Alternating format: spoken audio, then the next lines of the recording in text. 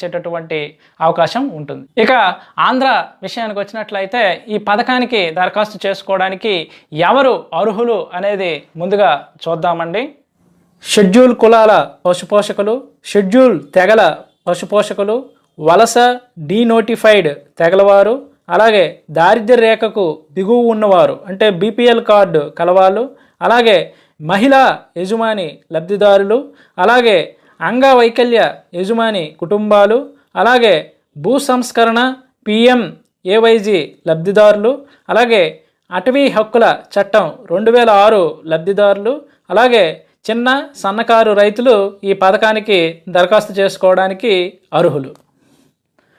So పైన తెలిపినటువంటి వారు ఎవరైనా కూడా ఈ MGNREGS పథకం ద్వారా పశువుల షెడ్లు నిర్మించుకోవడానికి అర్హులు అండి. అయితే ఈ పథకానికి దరఖాస్తు చేసుకోవడానికి ఏ డాక్యుమెంట్స్ కావాలి అనేది ఇప్పుడు చూద్దాం. ఇక్కడ చూపిస్తున్నటువంటి అప్లికేషన్ ఫారంను మనం నింపి సబ్మిట్ చేయవలసి ఉంటుంది. అలాగే లబ్ధిదారుడి యొక్క ఆధార్ కార్డు జిరాక్స్ సబ్మిట్ చేయవలసి ఉంటుంది.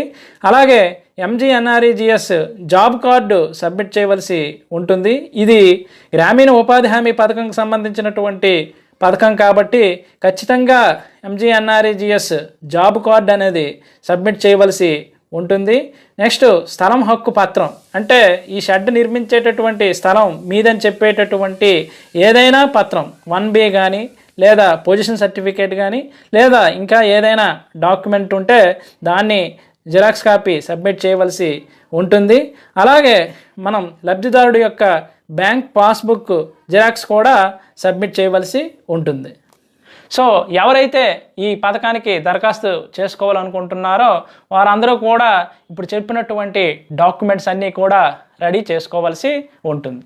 అయితే ఈ అప్లికేషన్ అనేది ఎక్కడ దొరుకుతుంది, అప్లికేషను ఎవరికి మనం సబ్మిట్ చేయవలసి ఉంటుంది అనేది చూసినట్లయితే మనకు మీకు సమీపంలో ఉండేటటువంటి RSK అంటే RBKలనే ఇప్పుడు RSK అంటున్నాం. అక్కడ ఉండేటటువంటి యానిమల్ హస్బెండరీ అసిస్టెంట్ని సంప్రదించిన లేదా మీ సమీపంలో ఉండేటటువంటి పశు వైద్యశాలలో ఉండేటటువంటి పశు వైద్య అధికారిని సంప్రదించినా కానీ ఈ పథకానికి సంబంధించినటువంటి అప్లికేషను అలాగే పూర్తి వివరాలు కూడా వారు అందిస్తారు.